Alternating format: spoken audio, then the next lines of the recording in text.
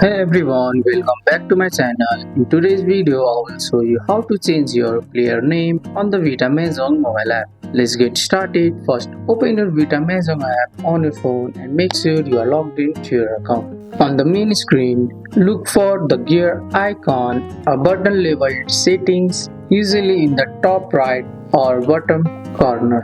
Tap it to open the settings menu. In the settings menu, tap on your profile all your name at the top. This is where your current player name is shown. Once inside, tap your existing name. Your keyboard will pop up. Delete the old name, type your new name and make sure it's spelled exactly how you want it to appear in the game.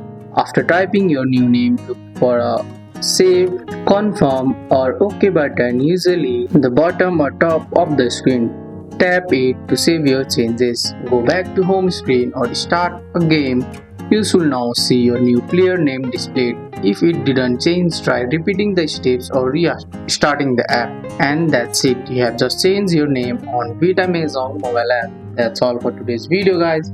I hope you guys like this video. If you found this video helpful, drop a like, subscribe for more videos. Thanks for watching. See you in the next one.